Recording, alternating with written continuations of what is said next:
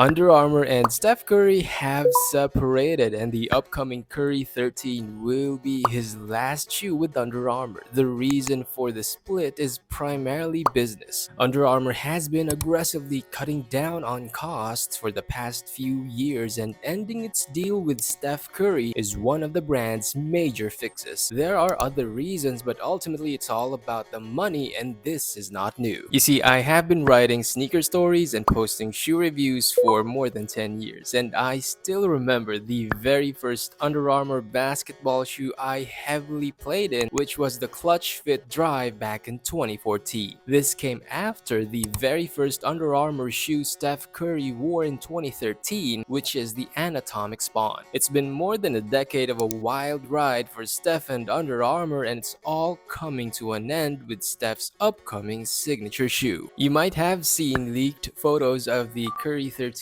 recently, and it's rumored to drop in a few months. That's February 2026, just in time for the All-Star weekend happening in LA, and it's highly likely that Steph will still be part of the All-Star game. But between then and now, a lot of things can happen for Steph and Curry brand, because you probably are still trying to wrap your head around his departure from Under Armour.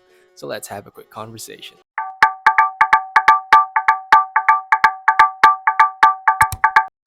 You can expect Steph Curry to still wear Curry brand shoes during NBA games, but November 11 was the last time he wore them as an Under Armour partner. He actually switched among three shoes against the Spurs, two colorways of the Curry Series 7 and the Curry 12 in the Pisces colorway. Of course, he knew it would be the last time he would wear his shoes under UA. So Steph is now technically a sneaker-free agent. He is not signed with any other brand, not even Curry brand, because he doesn't have a sneaker deal with the brand he practically owns. He can wear shoes from any brand if he chooses to. In fact, during warm-ups against the Spurs after cutting ties with Under Armour, he wore the Nike Kobe 6 Mambasita. He would eventually switch back to his Curry 12, but it was still a weird sight after having seen him wear Under Armour shoes for more than a decade. Some sneaker influencers on social media actually want Nike to sign him, but you might think it's probably the worst thing that could happen for both sides. On one hand, Nike is not in a good shape to sign massive deals with its current financial standing. On the other hand, Curry brand will lose significant creative control because Steph's sneaker career has been built around putting him on the spotlight, as you shall see.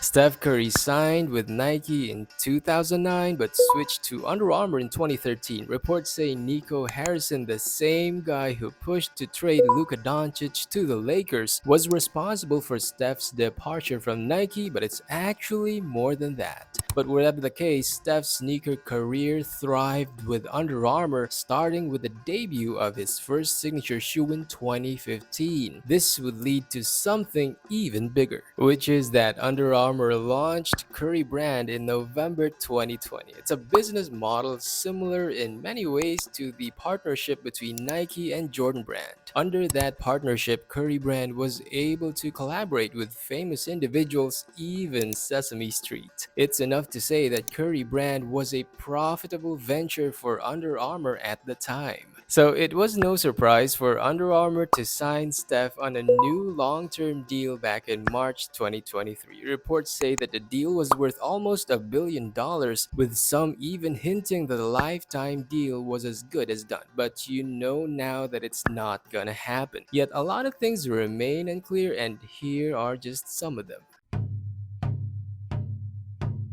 One is, who will own Steph's previous signature shoes? Either those will remain with Under Armour or Steph will get to keep them with Curry brand. But this remains unclear until details about the terms of the separation surface. What is clear is that Curry brand will become independent of Under Armour, meaning to say it's gonna be a brand completely on its own. It can enter into partnerships with other brands, or it can choose to stay independent indefinitely. But it's not gonna be an overnight change. There is this thing called winding down of affairs when it comes to contracts, especially big ones. Think of it as a transition period to settle any outstanding obligations. In this case, Under Armour will continue to distribute Curry brand products until 2026, including the Curry 13. Part of the separation agreement is that Steph Curry will own Curry brand, including the splash logo and trademark. But for now and until the separation is complete, Under Armour will continue to own them. And then you have the signature shoes of De'Aaron Fox under Curry brand. Turns out those sneakers will remain with Under Armour along with the other athletes such as Kelsey Plum. They're basically not going anywhere. But here's the thing. Under Armour dropping its main athlete sends a strong signal to its other current endorsers, which is that